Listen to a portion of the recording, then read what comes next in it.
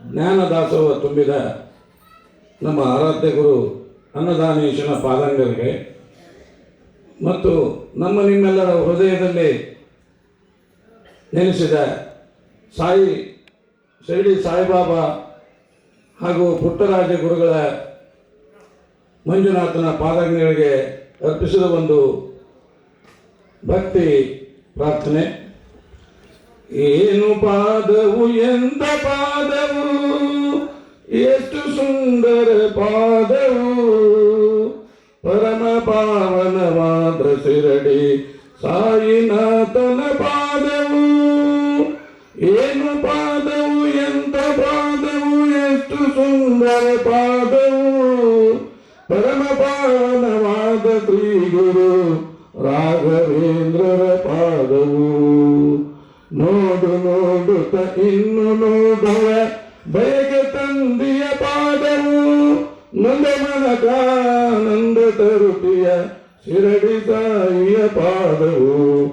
ಏನು ಪಾದವು ಎಂತ ಪಾದವು, ಎಷ್ಟು ಸುಂದರ ಪಾದವು, ಪರಮ ಪಾವನವಾದ ಶ್ರೀ ಗುರು ಪುಟ್ಟರಾಜರ ಪಾದವು.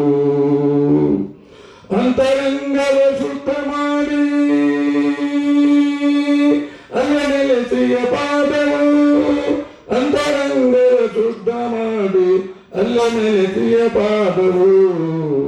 ನೊಂದ ಮನಕಾನಂದ ತರುತಿಯ ಶಿರಡಿ ಸಾಯಿಯ ಪಾದವು. ಏನು ಪಾದವು ಎಂತ ಪಾದವು, ಎಷ್ಟು ಸುಂದರ ಪಾದವು, ಪರಮ ಪಾವನವಾದ ಶ್ರೀ ಗುರು ಅನ್ನದಾನಿಯ ಪಾದವು.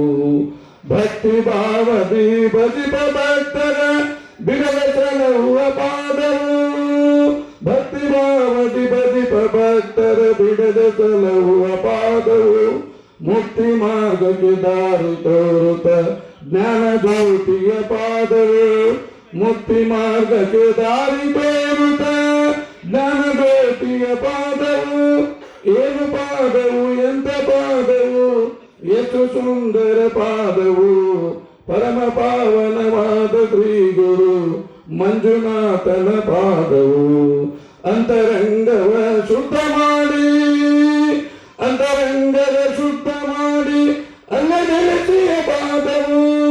ನಂಬಿ ಬರುವ ಭಕ್ತರಿಗೆ ನಿಜ ಮುಕ್ತಿ ಕೊಡುತ್ತಿಯ ಪಾದವು, ನಂಬಿ ಬರುವ ಭಕ್ತರಿಗೆ ನಿಜ ಮುಕ್ತಿ ಕೊಡುತ್ತಿಯ ಪಾದವು. ಏನು ಪಾದವು ಎಂತ ಪಾದವು, ಎಷ್ಟು ಸುಂದರ ಪಾದವು, ಪರಮ ಪಾವನವಾದ ಶ್ರೀ ಗುರು, ಪರಮ ಪಾವನವಾದ ಶ್ರೀ ಗುರು ಕೂಡಲ ಸಂಗಮನಾಥನ ಪಾದವು, ಕೂಡಲ ಸಂಗಮನಾಥನ ಪಾದವು. ಪ್ರಾರ್ಥನೆಗೈದು ದೇವರ ಸ್ಮರಣೆಯೊಂದಿಗೆ